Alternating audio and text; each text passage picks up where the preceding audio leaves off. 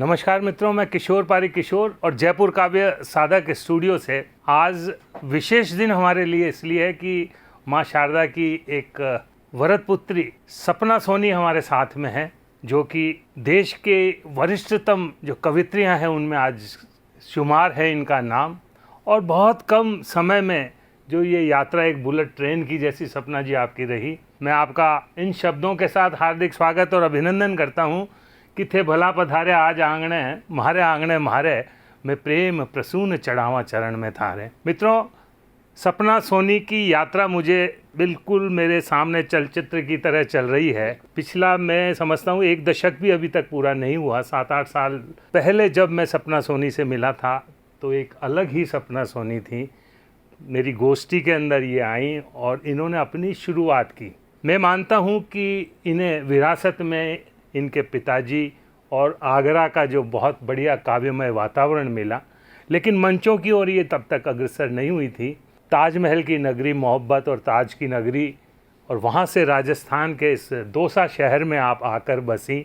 लेकिन कविता का माहौल उस समय तक इनके पास नहीं था। ये जयपुर गोष्ठियों के लिए आया करती थी। इससे इनका काव्य के प्रति समर्पण, त्याग और लगाव महसूस हुआ और सपना सोनी ने धीरे धीरे अपना जो मुकाम बनाया।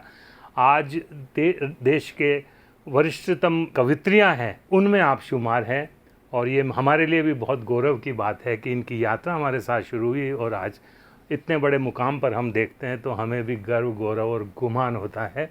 पुनः एक बार आपका स्वागत करते हुए सपना जी, मैं सीधा आपसे बात करना चाहता हूँ कि किस तरह से कविता से इतना लगाव आपका, कैसे क्या शुरुआत हुई, थोड़ा बताएंगे। मेरा मानना है, सबसे पहले तो मैं जयपुर काव्य साधक परिवार को बहुत बहुत आभार व्यक्त करना चाहती हूँ। आदरणीय किशोर पारिक जी, जिन्होंने मुझे उस पहले पायदान पर देखा था जब मैं कविता के लिए ललायत थी, लिखने के लिए नहीं, कविता जन जन तक पहुँचाने के लिए ललायत थी। मैं ढूंढ रही थी वो रास्ते जहाँ से मुझे पता चले कि किस पथ पर मुझे बढ़ना है। ये वे लोग हैं, आदरणीय किशोर पारिक जी, दादा वरुण चतुर्वेदी जी, आदरणीय हमारे लोकेश साहिल जी, जोगेंद्र गर्ग जी और तमाम अन्य लोग भी इस जो समूह से जुड़े हुए हैं, जयपुर काव्य साधक परिवार के सदस्य हैं सभी। मैं जब उस परिवार से जुड़ी तब इन लोगों ने मुझे देखा, सुना, तो मुझ में शायद संभावनाएं कुछ आप लोगों को लगी कि ये कुछ कर सकती हैं, सुना सकती हैं। और मैंने भी इन लोगों का हाथ थाम लिया और मुझे पग पग चलना बढ़ना इन्हीं लोगों के माध्यम से मैं सीख पाई हूँ, सिखाया गया। तो मेरी पहला जो काव्य गोष्ठी जयपुर में यदि किसी साहित्यिक संस्था में हुई तो वो जयपुर काव्य साधक परिवार है। रही कविता का बीज अंकुरित होना, मैं आगरा से हूँ और मेरे पिताजी लेखक थे। तमाम गीत, गजलें, भजन आदि उन्होंने लिखी, रचना की हैं। और हमारी जब भी आँख खोलती थी, वातावरण किशोर जी ऐसा था परिवार का, जब भी सुबह हम उठते थे तो हमारे कानों में पापा के स्वर गूंजा करते थे। क्या बात है। वो आंगन में बैठ करके अपनी कविताओं का वाचन किया करते थे, अपने भजनों का वाचन किया करते थे। बहुत ही ज्यादा साहित्यिक माहौल, साहित्यिक और संगीतमय माहौल मैंने अपने बचपन से देखा है अपने परिवार में। और पिताजी का वही अंश शायद मुझ में है। कहते हैं कुछ अनुवांशिकी, कुछ जीन ऐसे होते हैं, तो हम 4 भाई बहन तो हैं, लेकिन परंतु कविता की तरफ यदि किसी का रुझान है तो वो मैं उनकी एकमात्र पुत्री हूँ। मेरे पिताजी को भी बहुत अच्छा लगता था, तो मुझे लगता है कि शायद ये नाम भी तभी कि सपना हूँ, तो उनका सपना मुझे पूरा करना है। जो उन्होंने सोचा, जो अधूरा कहीं कुछ रह गया तो मुझे पूरा करना ही है। तो बस कविता मन में थी, रक्त में शामिल थी, वो कवि रक्त मुझ में शामिल है और मैं इसी पथ को मैंने चुना और आगे बढ़ती चली गई। और आप जैसे मैं विद्वान लोगों के साथ जब जुड़ी और आप लोगों ने मुझे सही रास्ते बताए, मुझे सही रास्तों का चुनाव करना सिखलाया, सही मंचों की तरफ लेकर गए, तो मैं धीरे धीरे मुझ में भी वो अनुभव के माध्यम से वो धीरे धीरे परिपक्वता आ रही है। मैं ये नहीं कह रही कि मैं परिपक्व हो चुकी हूँ, परिपक्वता आ रही है। मुझे अभी आप लोगों के मार्गदर्शन की और भी आवश्यकता है। सपना जी, अपने पिता की विरासत को आपने, और ये मेरा मानना है कि बेटियां जो है वो बाप के बहुत करीब होती है और सबसे ज़्यादा संवेदनशील रिश्ता बेटियों का होता है। और आपने अपने पिता की विरासत को आगे बढ़ाया है, तो ये बहुत बड़ी बात है। माँ शारदा की विशेष आप पे कृपा है। आपकी जो कविताएं हैं, आपके गीत हैं, मुक्तक हैं, दोहे हैं, वो इतने खूबसूरत हैं जितनी आपकी प्रस्तुति है। तो ईश्वर ने सारा सामंजस्य दिया है आपकी खूबसूरती के साथ साथ आपको ये सब उन्होंने बख्शा है, और आपने भी पूरा इसका मान रखते हुए आज पूरे देश में अपनी संवेदनशील गीतों और विशेष रूप से श्रृंगारित गीतों में सपना सोनी का नाम आज पूरे काव्य पटल पर है, पूरे देश के अच्छे मंचों पर है। तो हम चाहेंगे कि आज की शुरुआत कोई मुक्तक से या कोई कविता के किसी अपने गीत के किसी बंद से आप ऐसे करें जहां हमें लगे कि पिता की उस विरासत को लेकर आप आगे बढ़ें। बिल्कुल बिल्कुल। मेरा मानना है, मैंने कहीं एक छंद लिखा था कि प्रथम गुरु तो माँ है, दूसरे गुरु पिता है, तीसरे का रोम रोम सांस में प्रवास है। तो बस वहीं से जैसा कि पिताजी की बात आती है, माँ की बात आती है, तो मैं पूरे देश भर में जब कहीं जाती हूँ, मैं बहुत अनभिज्ञ थी यात्राओं से। मुझ में बहुत ज़्यादा वो चतुराइयाँ, वो कौशल नहीं था कि मैं अकेली कहीं यात्रा कर सकूं, पर धीरे धीरे माँ का आशीर्वाद मिला, पिताजी की दुआएं मिली और मैं आज सक्षम हूँ, उस काम को कर सकती हूँ। अकेली यात्राएं देश भर में करती हूँ, लेकिन उन सबके पीछे माँ का आशीर्वाद है, पिताजी की दुआएं। बिल्कुल। तो वहीं से 4 पंक्तियां पढ़ना चाहती हूँ इस काव्य साधक के इस खूबसूरत से पटल पर कि मेरी माँ लाडली कह कर मुझे जब प्यार देती है, वाह वाह वाह, वो नजरों से मेरी सारी बलाएं तार देती है। मैं बतला नहीं सकती कि क्या महसूस करती हूँ। क्या बात है। वो जब शुभ कामनाओं का मुझे उपहार देती है, वो जब शुभ कामनाओं का मुझे उपहार देती है। बहुत हृदय स्पर्शी पंक्तियां सपना जी, बहुत खूब। मेरे पिताजी का बहुत ही चर्चित गीत था। मैं अपने पिताजी के साथ काव्य गोष्ठियों में जाया करती थी, आदरणीय किशोर जी, और वो हर गोष्ठी में वो गीत का फरमाइश लोग किया करते थे, जय जय गणेश, जय जय गणेश, मेरा हिंद देश, मेरा हिंद देश, हम संताने भारत माँ की, राग ना कोई द्वेष, जय जय गणेश, जय जय गणेश। तो बस पिताजी की पंक्ति मैं सिर्फ इतनी पढ़ पाऊंगी, मुझ में इतनी हिम्मत नहीं है और काबिल भी नहीं है कि मैं पिताजी का पूरा गीत पढ़ पाऊं, लेकिन जब पिताजी की कोई पंक्ति पढ़ती हूँ तो 4 पंक्तियां पिताजी को समर्पित करना चाहती हूँ कि तुम्हारी याद आई तो, मेरे पिताजी नहीं रहे, तुम्हारी याद आई तो नयन नम हो गए मेरे, छवि दिल में समाई तो नयन नम हो गए मेरे। क्या बात है। तुम्हारे गीत की 2 पंक्तियां पापा सरे महफिल, वाह वाह, अचानक गुनगुनाई तो नयन नम हो गए मेरे, अचानक अचानक गुनगुनाई तो नयन नम हो गए मेरे। क्या बात है सपना जी, बहुत खूब। और इससे जाहिर होता है हम कितने अपनों के साथ हम अटैच्ड हैं। बिल्कुल। और आज भी उनकी यादें, स्मृतियाँ हमारे मस्तिष्क पटल से अलग नहीं हो पा रही। बिल्कुल बिल्कुल। तो मैं सपना जी चाहूँगा कि जब आपने ये यात्रा शुरू की और विशेष रूप से आपने श्रृंगार, प्रेम, प्रीत, प्यार, मोहब्बत, इनको अपना मुख्य विषय बनाया है, तो निश्चित रूप से जो शाश्वत प्रेम है ये एक सत्य भी है और सृष्टि को भी इसी की आवश्यकता है।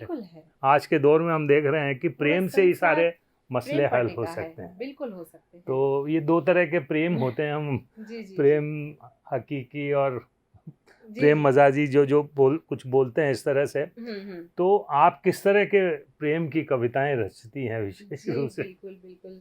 मैं अपने गीतों में, मेरी जो नायिका है वो प्रेम की पराकाष्ठा को प्रदर्शित करती है, प्रेम के उन भावों को प्रदर्शित करती है जो एक नारी बन के बहुत ही कोमल और संवेदनशील भाव होते हैं।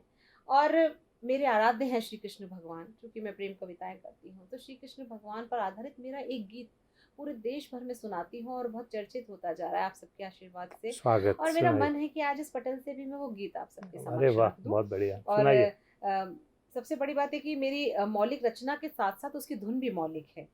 क्या और बात ये मैं मानती हूँ ये गीत मेरे लिए माँ ईश्वर का वरदान है, माँ सरस्वती की देन है कि मैं इस गीत को पढ़ने के साथ-साथ लोगों के हृदय तक पहुँचा पा रही हूँ। बहुत तो वो सुंदर। गीत पढ़ना चाहती हूँ सनी। तुम मृग बन जाओ कान्हा, तुम मृग बन जाओ कान्हा, मैं कस्तूरी बन जाऊं। वाह वाह वाह तुम वाह। ढूंढो सारे जग में, तुम ढूंढो सारे जग में, मैं तुम पर गंध लुटाऊं। बहुत तुम सुंदर, मृग बन जाओ कान्हा। बहुत सुंदर, बहुत सुंदर। तुम चाहे मथुरा जाओ या हो जो वृंदावन में, मैं मिलूंगी तुमको तुम्हारे पावन से अंतर मन में। तुम राधा राधा बोलो, मैं कान्हा कान्हा क्या बात है, क्या गाऊं। बात है, बहुत तुम सुंदर। राधा राधा बोलो, मैं मैं कान्हा कान्हा गाऊं। तुम मृग बन जाओ कान्हा। बहुत सुंदर, बहुत सुंदर। और एक नायिका प्रेम में देखिए किस प्रकार जुड़ी होती है और उसकी क्या क्या अभिलाषाएं होती हैं। वो अपने नायक जैसा हो जाना चाहती है, तब जाके गीत का ये बंद निवेदित करती हूँ कि जिसमें हो रूप तुम्हारा, मैं वो ही मूरत देखूं। वाह। नैनों में तुम्हें बसा लूं, मनमोहक सूरत देखूं। आह। फिर मुस्काते अधरों पर, फिर मुस्काते अधरों पर, मैं बन बंसी इतराऊं। क्या बात है। फिर मुस्काते अधरों पर, मैं बंसी बन इतराऊं। तुम मृग बन जाओ कान्हा। बहुत सुंदर, प्रेम आत्मिक होता है, दैहिक नहीं होता है। प्रेम से रूह महकती है, जिस्म कहीं मायने नहीं रखते हैं। तब जाके गीत का ये बंद कि स्वागत। जो एक छुअन से होता, दिल कहता है होने दो। सपना ये कहती तुमसे, अब सपनों में खोने दो। सर रख तेरे कंधे पर, मैं दो पल को सो जाऊं। क्या बात है, बहुत। सर रख तेरे कंधे पर, मैं दो पल को सो जाऊं। तुम मृग बन जाओ कान्हा। बहुत सुंदर, और बहुत विवाह सुंदर। के समय में जो परंपराएं होती हैं, 7 फेरे 7 वचनों का जो एक रस्म होती है, उसमें जो 7 फेरे किसी स्त्री के लिए नहीं होते, ना ही पुरुष के लिए सिर्फ होते हैं, वो दोनों के लिए समांतर रूप से मान्य होते हैं। तब जाके मैं कहती हूँ कि आशा है मुझको पूरी, तुम मेरी आस बनोगे। महसूस करूं मैं निस दिन, तुम वो एहसास बनोगे। तुम अपने वचन निभाना, तुम अपने वचन निभाना, मैं अपने वचन निभाऊं। क्या बात है, क्या बात है, बहुत तुम अपने वचन निभाना, मैं अपने वचन निभाऊं। तुम मृग बन जाओ कान्हा, मैं कस्तूरी बन जाऊं। क्या बात तुम है। ढूंढो सारे जग में, मैं तुम पर गंध लुटाऊं। वाह वाह वाह। मैं चाहूं दिस गंध बिखराऊं, मैं तुम पर गंध लुटाऊं। क्या बात है सपना जी, मैं तो ऐसे खो गया इसमें और यूं लगा है कि किसी ने मुझे नींद में जगाकर चांदी की कटोरी में मक्खन और मिश्री मिला के अरे वाह, खिला दियो, कुछ ऐसा एहसास में। पूरी प्रेम की जो पराकाष्ठा है जी। इस गीत में परिलक्षित आपके हो रही है।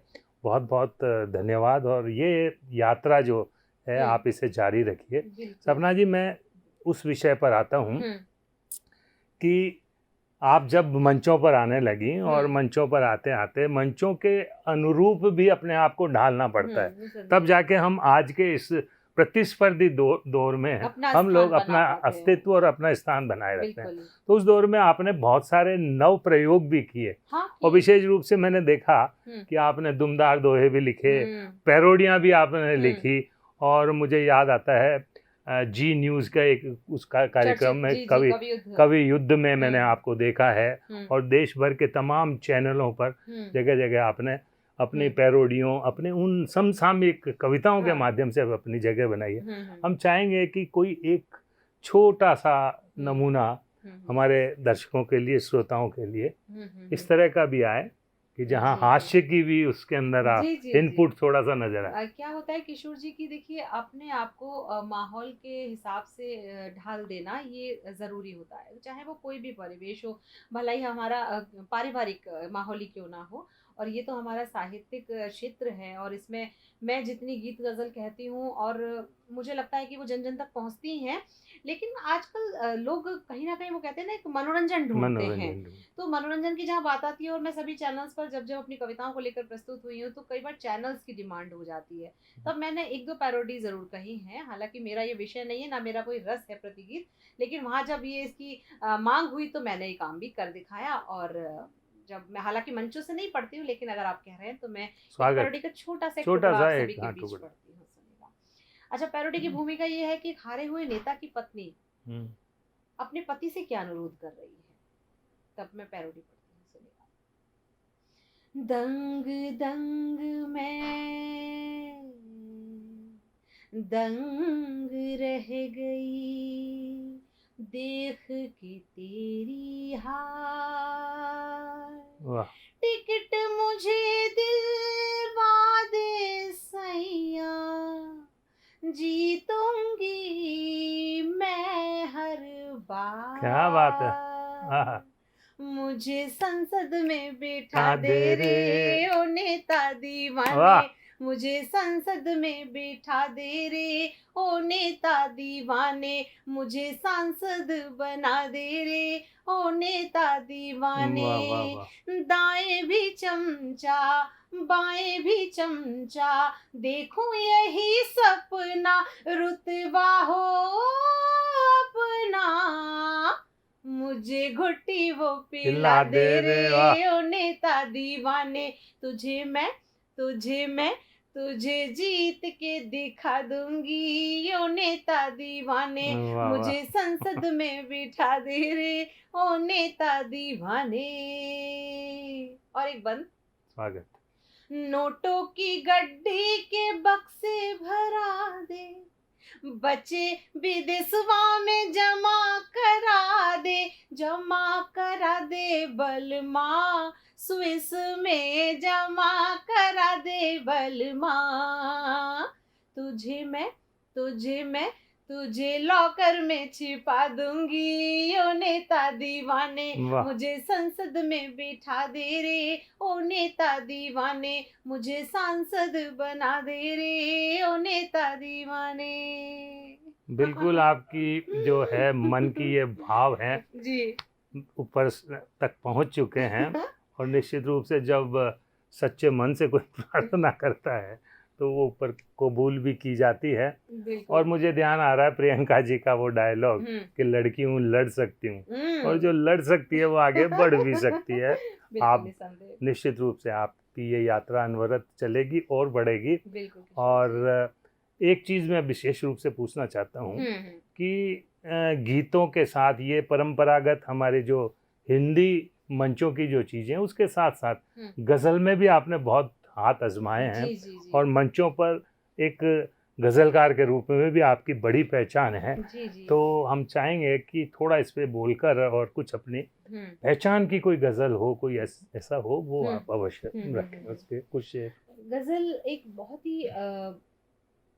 बहुत ही ज़्यादा महत्वपूर्ण विधा है और इसे कहना आसान भी नहीं है, क्योंकि कहते गज़ल में 32 बहरे हैं और ये सब चीज़ें सीखने में लोगों को ताउम्र मतलब पूरी ज़िंदगी लग जाती है। लेकिन कुछ चीज़ें कुछ बहर पे मैंने काम किया है। तो जो गज़लें मेरी चर्चा में हैं उन्हीं में से एक गज़ल मैं सुनाती हूँ। स्वागत, सुनाइए। बहुत करीब है और मेरे श्रोताओं तक पहुँचेगी इस जयपुर काव्य साधक पटल के माध्यम से, तो मुझे भी अच्छा लगेगा। सुनिएगा।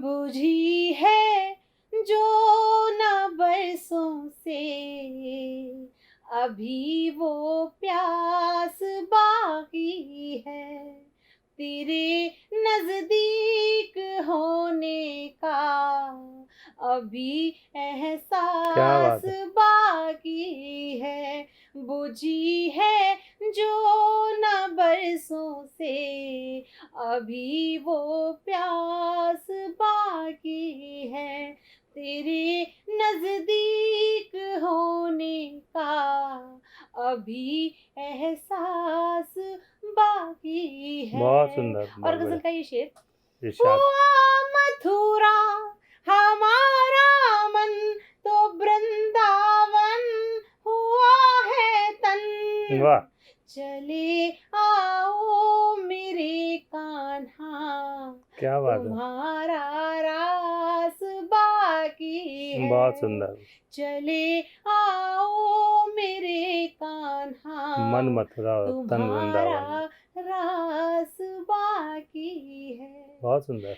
हुआ पतझड़ भले जीवन मगर जब साथ में तुम हो, मुझे लगता है मुझ में प्यार का मधुमास बाकी जय हो, बहुत है, सुंदर। मुझे लगता है मुझ में प्यार का मधुमास बाकी है। और गजल का मुझे ये शेर लगता है कि हासिले गजल है, वो पढ़ती हूँ। इरशाद सुनाइए। मेरी आँखों में झांकोगे तो पढ़ लोगे यकीनन तुम, भले सब हो चुका हासिल मगर कुछ खास बाकी है। क्या बात है, क्या बात है। वो भले सब हो चुका हासिल मगर कुछ खास बहुत सुंदर। बाकी है। और उन प्रेम करने वाले जोड़ों को सलाह देना चाहती हूँ कि स्वागत। यदि प्रेम की कोई भावना में है, यदि कोई प्रेम को महसूस करता है, तो विश्वास और समर्पण इसकी दवा है, इसकी मजबूती है, इसकी नींव बिल्कुल है। बिल्कुल। तब जाके ये शेर पढ़ती हूँ, सुनेगा।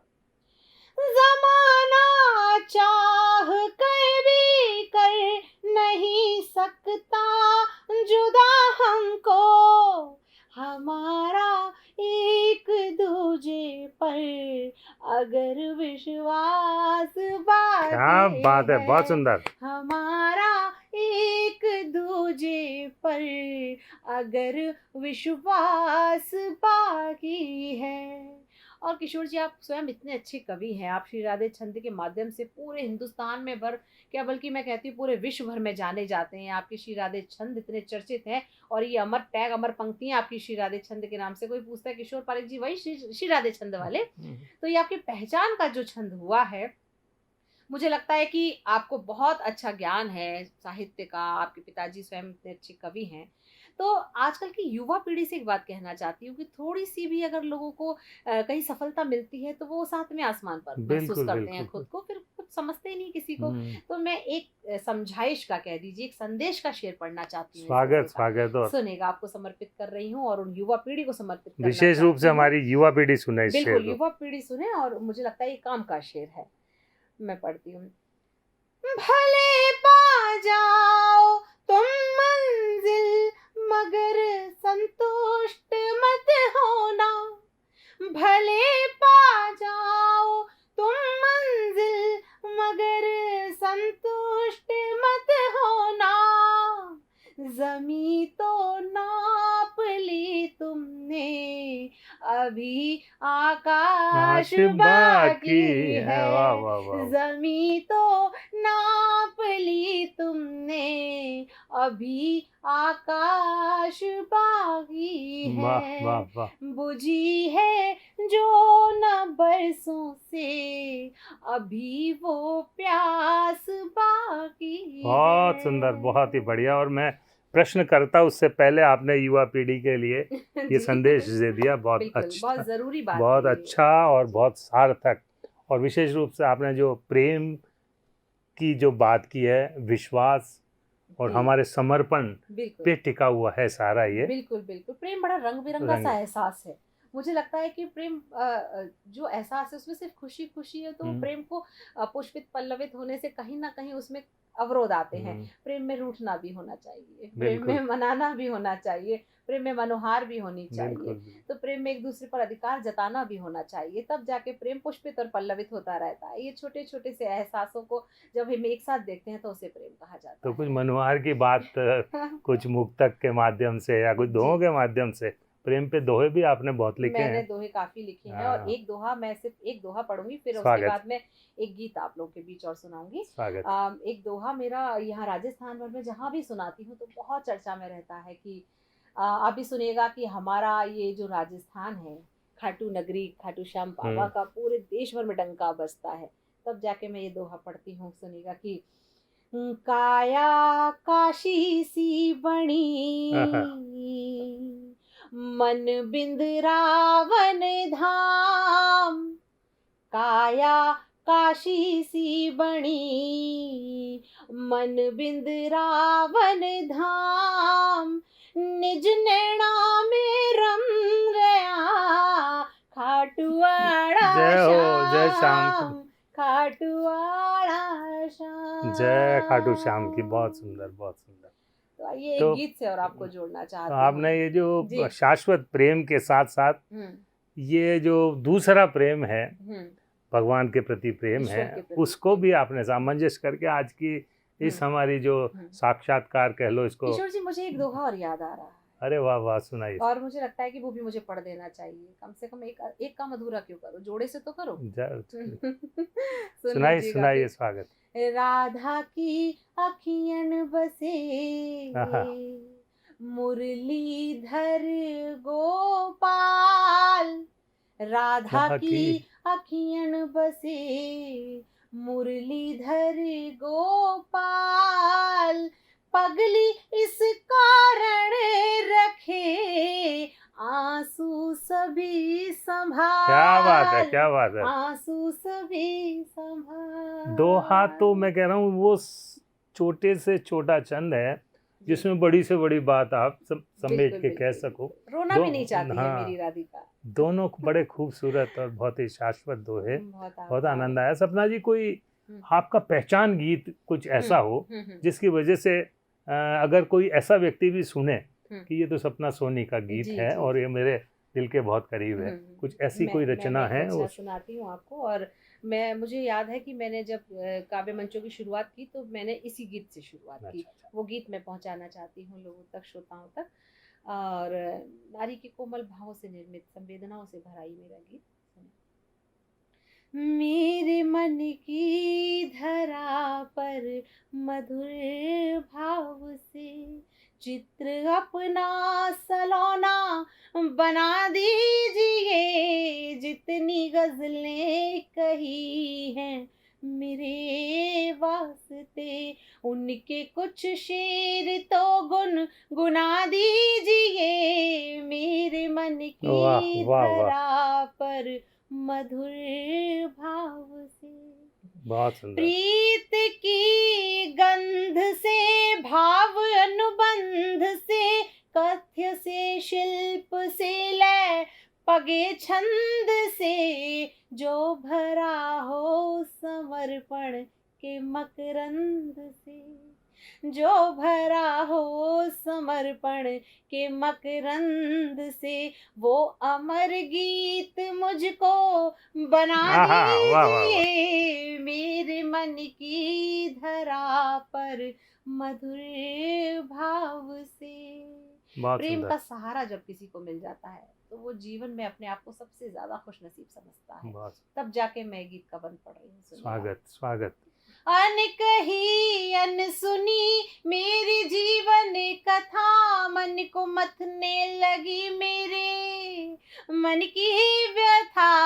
आपका प्यार पाकर ये मन कह उठा, आपका प्यार पाकर ये मन कह उठा, दर्द हम जो सहे सब भुला दीजिए। मेरे मन की धरा पर मधुर भाव से। और गीत के अंतिम स्पर्श तक लेकर चलना स्वागत चाहती हूँ। स्वागत। नारी की वो 16 श्रृंगार में सबसे महत्वपूर्ण जो होता है उसका विवरण, उसका थोड़ी सी चर्चा मैंने एक पंक्ति में की है, सुनिएगा। मैं बनूं कल्पना इस तरह आपकी, जैसे आरोह में लय हो आलाप की। क्या बात है, आपका आरोह में लय हो प्यार, आलाप की, बहुत सुंदर पंक्ति है। आपका प्यार सिंदूर से कम नहीं, आपका प्यार सिंदूर से कम नहीं, मांग को मेरी अब तो सजा दीजिए, मेरे मन की धरा पर मधुर भाव से चित्र अपना सलोना बना दीजिए, जितनी गजलें कही हैं मेरे वास्ते, उनके कुछ शेर तो गुनगुना दीजिए, वाह वाह मेरे वाह, मन की धरा पर मधुर भाव से। बहुत सुंदर सपना जी। वाह। आनंद आ गया आज की ये अनायास हुई जो जी, बिल्कुल। आपसे वार्ता। और मुझे याद आ रहा है कि शुरुआत के जब मंचों पर, कम से कम 15-20 मंचों पर हम साथ रहे होंगे, हाँ। और मैं कभी श्रृंगार नहीं लिखता, जी क्योंकि मैं जब कुछ लिखने बैठता हूँ तो देश मेरे सामने अक्सर आ जाता है। जी जी लेकिन फिर भी हमने आपको देखकर 4 पंक्तियाँ उस दौर में लिखी थी। जी। तो मैं चाहता हूँ कि हमारे दर्शक और श्रोता हाँ आज जिस कवित्री से आमने सामने हम लोग वार्ता कर रहे हैं, जी, साक्षात्कार कर रहे हैं, वो अब आज की तारीख में बहुत प्रतिष्ठित स्थान पर पहुंच चुकी हैं। और शुरुआत के दौर में जब हम उनको बुलाया करते थे कि तुम्हारी मौन मर्यादा बनी मानस की चौपाई, बहुत कम बोलने वाली सपना, आप तुम देखते हैं कि बहुत बोलती हैं, कि तुम्हारी मौन मर्यादा बनी मानस की चौपाई, हंसी जो गीत गोविंदम की कोई पंक्ति मुस्काई, उठी पलकें जो सीख कबीरा की, झुकी जैसे बेचारे सूर की राधा हो शर्माई, झुकी जैसे बेचारे सूर की राधा हो शर्माई। तो सपना जी बहुत अच्छा लगा विशेष रूप से आज आपसे वार्ता करके, आपकी इस काव्य यात्रा को देख के मन बहुत ही प्रसन्न है। और हमारी जयपुर काव्य साधक और हमारे जितने भी श्रोता लोग हैं उनकी तरफ से आपके लिए बहुत बहुत शुभकामनाएं हैं। आप और उन्नति के पथ पर आगे बढ़ें और अपनी इस वाणी से, अपने कलाम से, अपने गीतों से इस देश को आप पूरा सरस डुबो दें अपने आवाज़ में, और लोग बाग कह उठें कि वाह वाह सपना, क्या बात है। बहुत अच्छा लगा। और पुनः एक बार आपका अभिनंदन, आज इस हमारे जयपुर काव्य साधक के इस स्टूडियो में आप पधारे। पुनः आते रहिए, यही हम आपसे कामना करते हैं। धन्यवाद।